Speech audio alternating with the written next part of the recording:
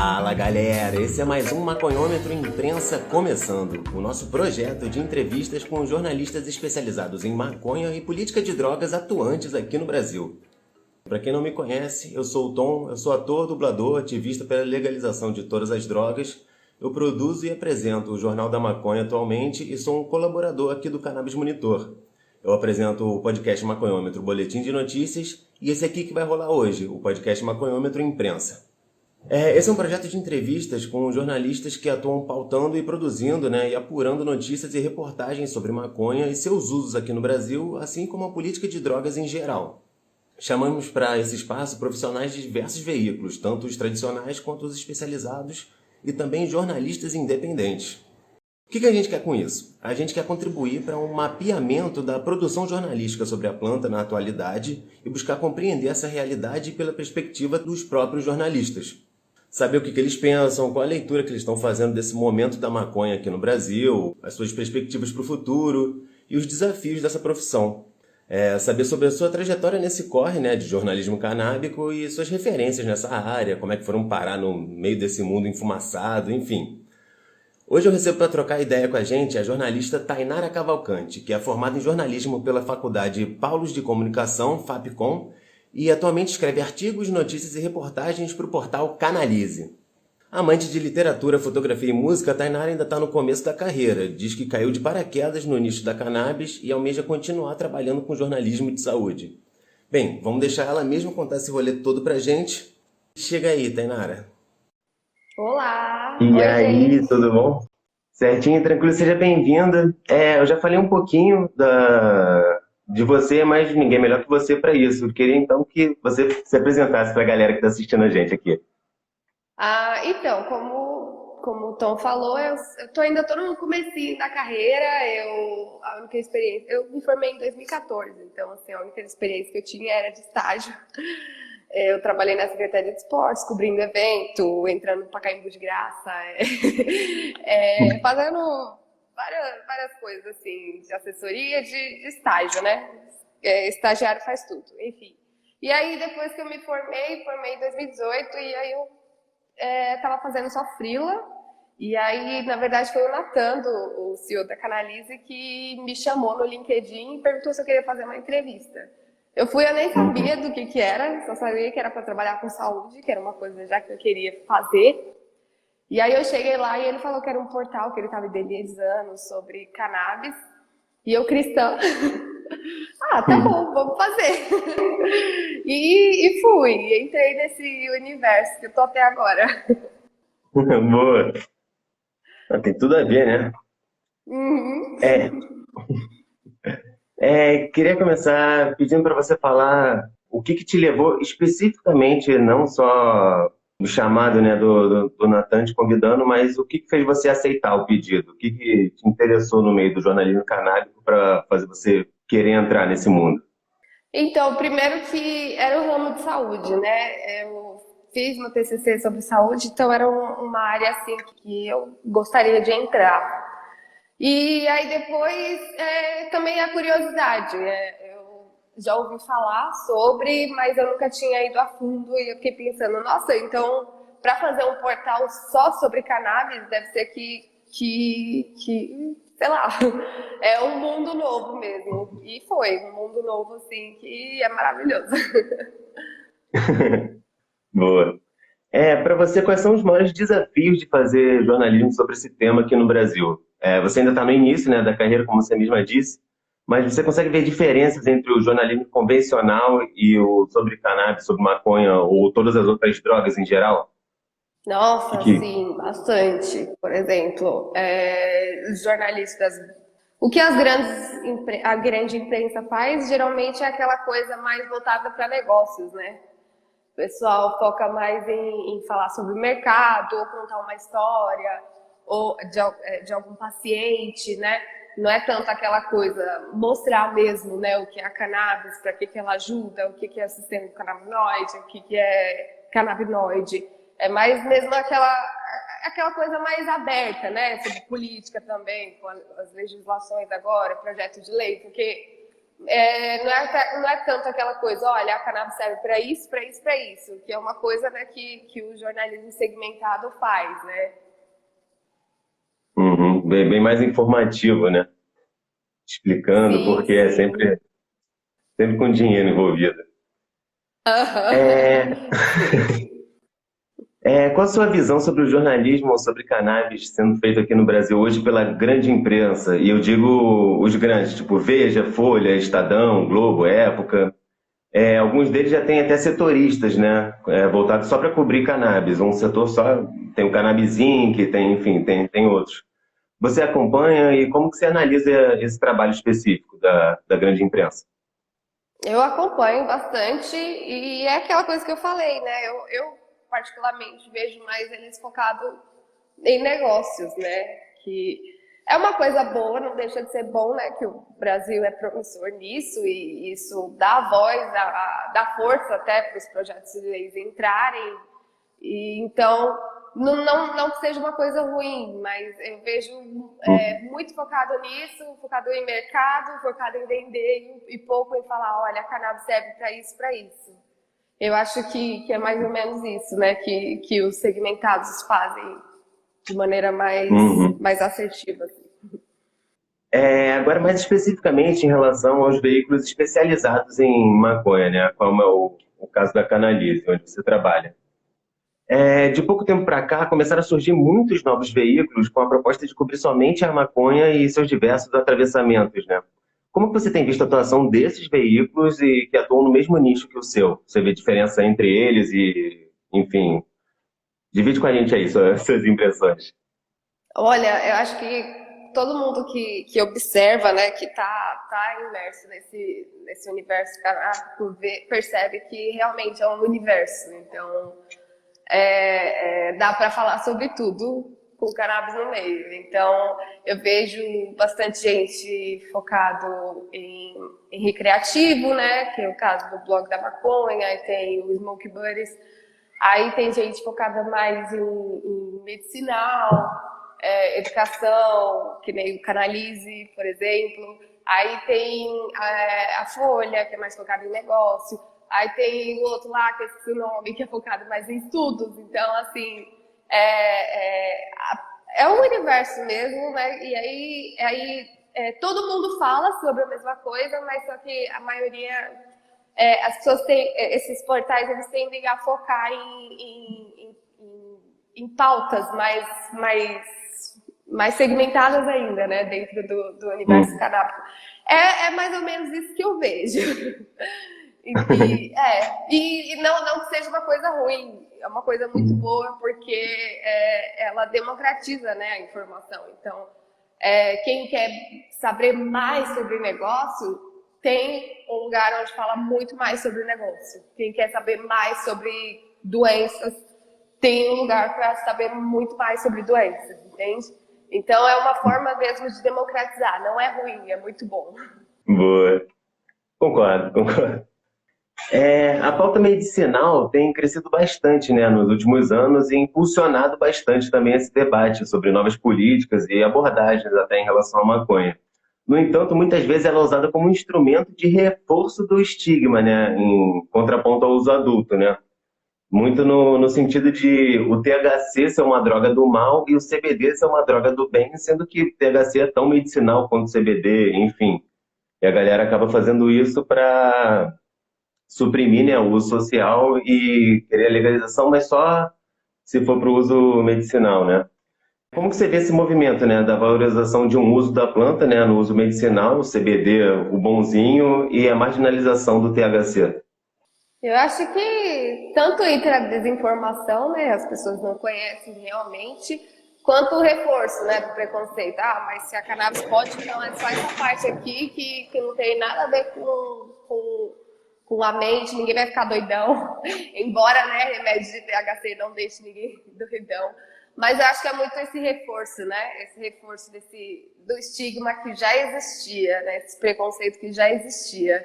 E a desinformação, né? Até eu, quando eu comecei eu ficava pensando, vai ver que eu sou o CBD, porque assim, quando eu comecei a pesquisar e me aprofundar mais sobre o assunto, a gente sabia disso, né?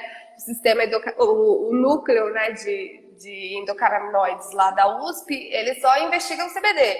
Então, até eu também, eu achava que não funcionava. E depois que eu fui pesquisando mais, fui conhecendo outros canabinoides, e é tanto essa curiosidade que nos estimula a criar novas pautas, né? Tanto que eu falo que a maioria das pautas que eu escrevo é mais a minha curiosidade. Por exemplo, eu estava conversando com uma cientista da USP mesmo, do núcleo ali de canabinoides, e aí eu fiquei pensando, né, por que será que a gente só usa esses dois, não usa mais? E aí eu tirei uma pauta disso conversando com ela. Então, até a gente, né, a gente que está nesse mundo, que tá investigando, tá a fundo, a gente ainda tem muitas dúvidas. Então, é legal a gente ter esse feeling também para passar para as pessoas e a gente ser um canal para tirar esse preconceito, né, que tem contra o THC e contra outros canabinoides. Muito caminho que a gente tem pela frente de informação, explicar, efeito comitiva, né? Enfim, a galera acha que, não sei, acho que pode ser também para facilitar para a indústria farmacêutica. Não, a gente tem a galera que está fazendo isso aqui, mas enfim.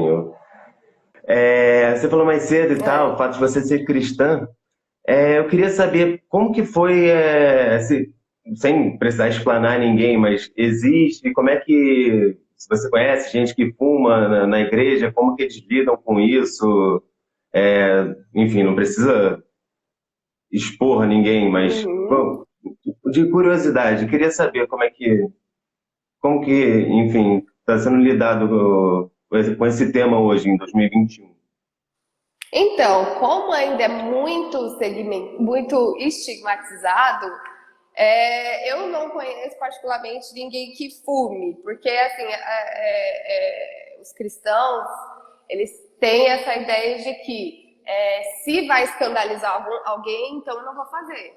Por exemplo, as pessoas que são mais tradicionais não fazem tatuagem porque sabe que a outra pessoa que é tradicional também vai se escandalizar. Então a gente tenta preservar isso, entendeu?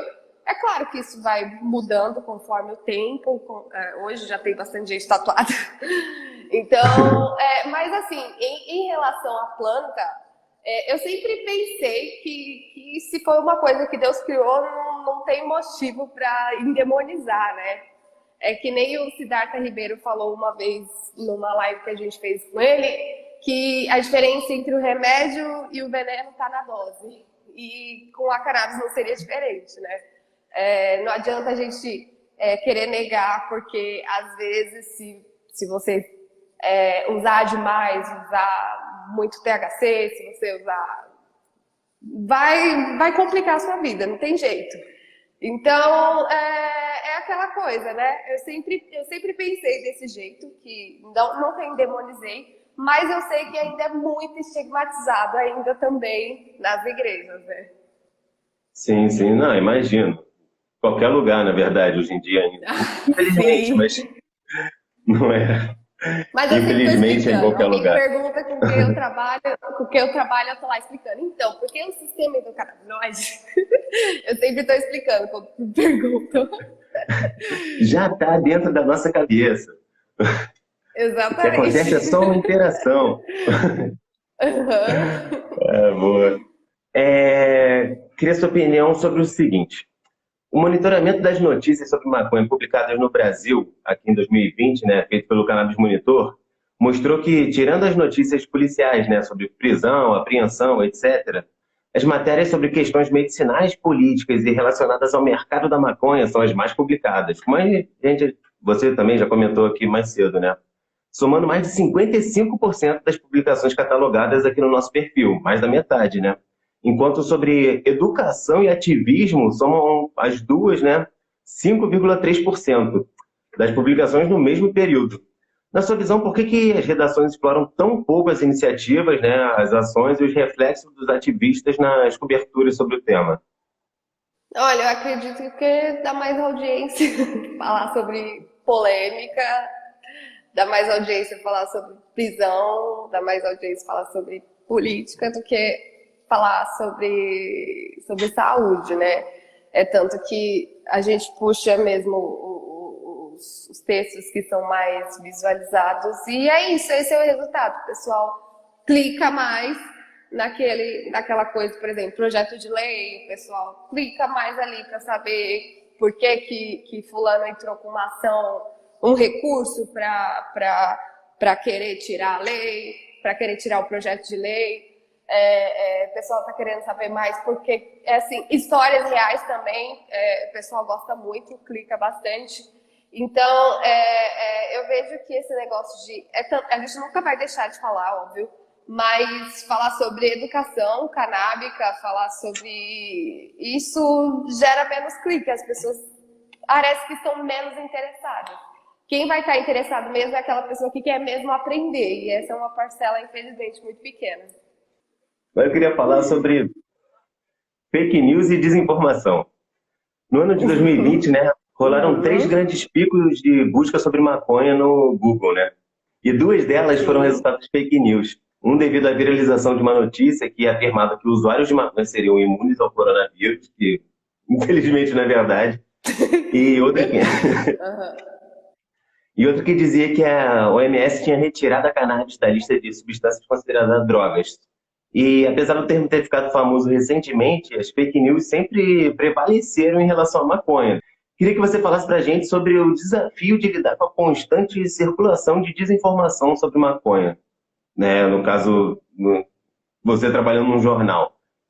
Eu acho que a gente meio que enxuga muito gelo, né? A gente sempre tem que estar falando que não, gente, não é assim. Por mais que uma notícia pareça boa, né, para o mundo canábico, se não é verdade, não é verdade, não é um fato. Então, é tentar combater com a informação mesmo, sabe? Sempre estar ali contextualizando também porque daquilo, qual foi a origem daquela informação.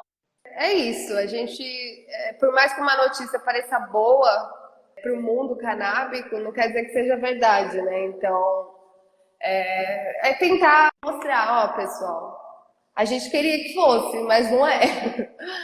Não tem outro caminho, é esse. Então, existe, né? Tanto falando mal quanto falando bem, mas fazer o quê? A gente tem que fazer o que a gente pode. É isso. Queria te perguntar quem são ou quais são as suas referências na área do jornalismo canábico ou sobre até drogas em geral e qual a sua perspectiva sobre o futuro desse campo da maconha aqui no Brasil. Olha, referência. Eu pego muito referência o pessoal mesmo do ramo. Eu não gravo nomes. Mas os portais mesmo que escrevem, né, sobre isso. Às vezes eu tô navegando, sei lá, pelo fechar, aí eu vejo, nossa, que interessante. Não tinha passado ainda pela minha cabeça sobre isso. Ou então eu mergulho ali pelo o portal, né, Cannabis e Saúde também, que é maravilhoso ali, o Marcos Bruno, ele é demais. E aí eu fico, caramba, que legal. Enfim, ele conta bastante história legal também, e ele dá uns furos bem legais também.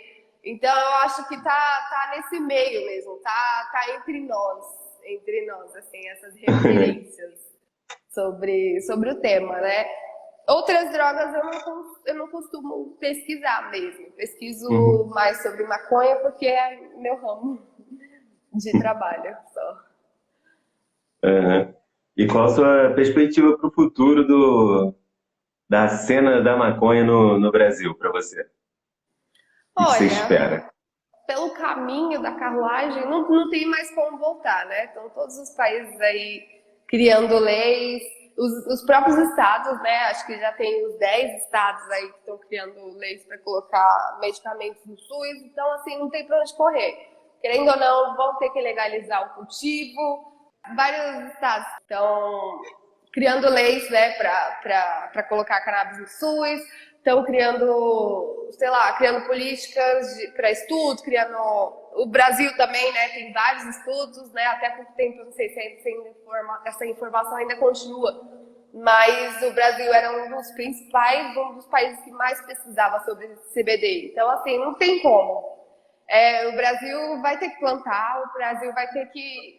E o número de pessoas o número de pessoas importando cannabis só tem aumentado. Eu estava vendo hoje, não, essa semana, né, no Metrópolis, que saiu que o Brasil exportou 13 milhões, então imagina, é muito dinheiro para só sair do Brasil, não entrar. Então não tem jeito, eu acho que só tende a crescer mesmo e democratizar o que nós todos queremos. Eu acho que esse é o principal, assim, a principal coisa assim, que eu vou ficar mais feliz, sabe? Quando democratizar mesmo, porque as histórias que eu ouço de pessoas que precisam e não conseguem, não dá, gente. R$300 pra mim é muito caro, imagina pra uma mãe que tem um filho especial. Então, é sobre isso, né? Às vezes as pessoas querem inventar um monte de coisa assim para não passar o projeto de lei, sei lá, o 399, por exemplo. Eu sei que há controvérsias a respeito dele, mas é o que a gente tem. É o que a gente tem. Então, tentar sempre tornar mais acessível, né? Ganhando, e também ganhando batalhas de cada vez. Agora a gente precisa tornar acessível o uso medicinal. Aí depois a gente torna mais acessível o uso recreativo. Então é uma escada. A gente conhece o brasileiro, a gente conhece o governo que a gente tem, a gente conhece tudo. Então degraus que a gente precisa subir. Infelizmente, Sim, mas sim. Não é o melhor caminho, mas é o que tem para hoje. A gente tem que jogar com a condição que a gente tem no momento. Infelizmente, não é a melhor das condições, mas um dia todo mundo vai poder ter seu próprio pezinho em casa. Quem? Sim. É triste, né? Porque assim, as pessoas elas têm, na verdade. O problema é que quem tem é quem pode ter. Eu estudava na Vila Mariana e lá o pessoal colocava banquinha de maconha, tinha até o negócio, a maquininha para passar, e a polícia passava pra lá e pra cá e não fazia nada. Mas vai alguém fazer aqui na rua, na rua aqui de casa, imagina, polícia passar. Tanto que eu já vi os meninos fazendo, tipo, amassando na mão pra polícia não ver. Então, assim, já tem, na verdade, né, acesso, mas é para quem pode. Sim, total. E acesso, né? O tipo de maconha, o prensado existia, enfim, o zero controle de qualidade. Falando só do social, até o uso medicinal mesmo. Se tivesse mais acesso, até a qualidade dos remédios seria bem maior. Sim, eu tenho mães que já foram, falaram, né, que já foram enganadas.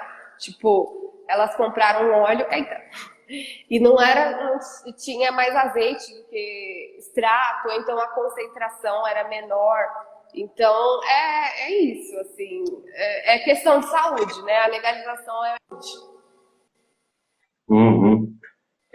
Você falou que você ainda mora na favela com seus pais e que o tratamento é completamente diferente para você. Conta um pouco pra gente, um pouco do seu cotidiano, para quem não vê, não faz ideia, tá chegando aqui e não faz ideia qual é a diferença no tratamento. Se quiser contar alguma experiência em relação a isso.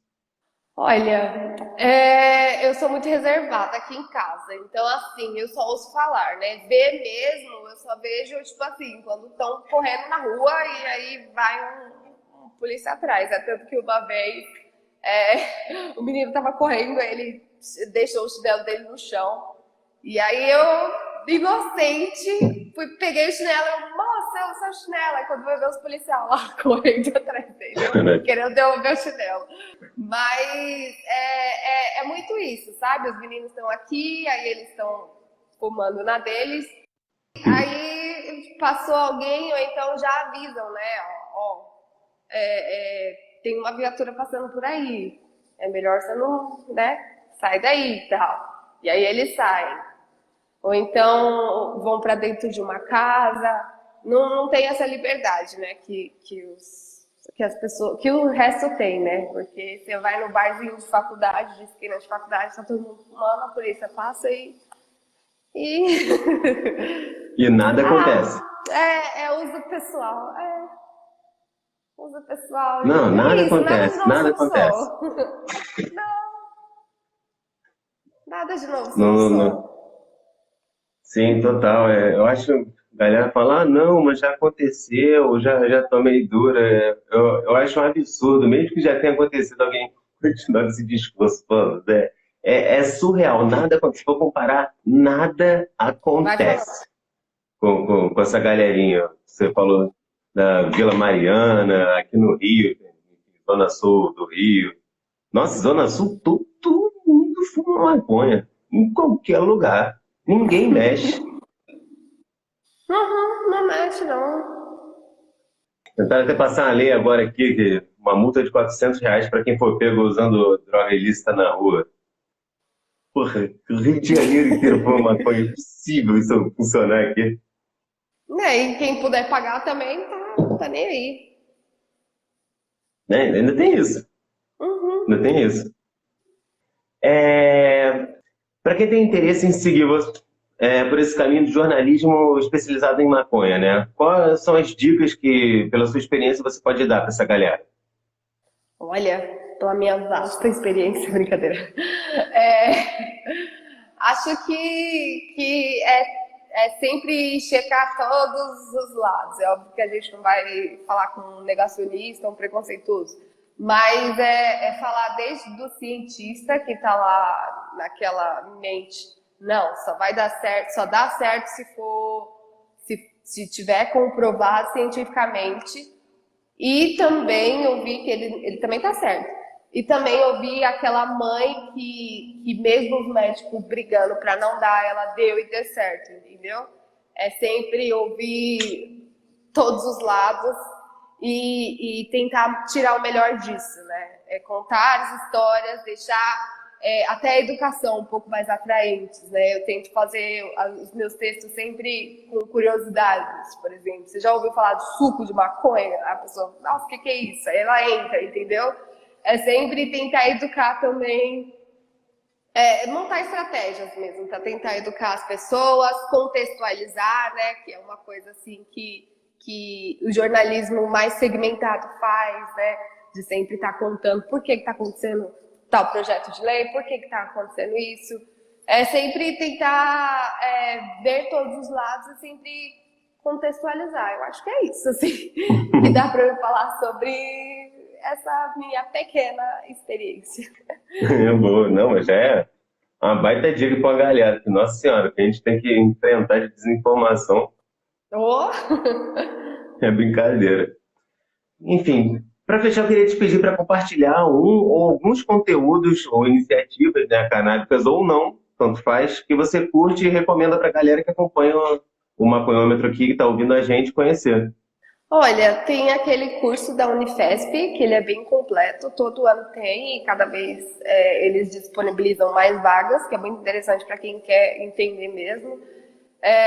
Acho que tem algumas clínicas também disponibilizam, algumas importadoras que também disponibilizam curso para prescritores, né? Acompanhar os portais, que tem bastante coisa assim, para entender um pouco mais sobre esse mundo, né? Tanto que veio até uma moça esses dias me perguntar um pouco mais. Eu, olha, acho que é melhor você perguntar. O pessoal lá da Sociedade Brasileira de Estudos sobre Cannabis, é melhor. Mas é sempre acompanhar, né? Hoje, por exemplo, a gente já tem um grupo que ajuda o mercado, né? Que nem a BRCAN, né? se não me engano. Aí tem esses de estudos também. Então, assim, ó, já está virando uma coisa bem mais robusta.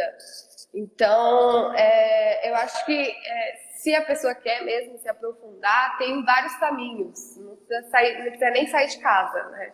Tem vários caminhos, assim, que dá para saber mais sobre a cannabis. Pô.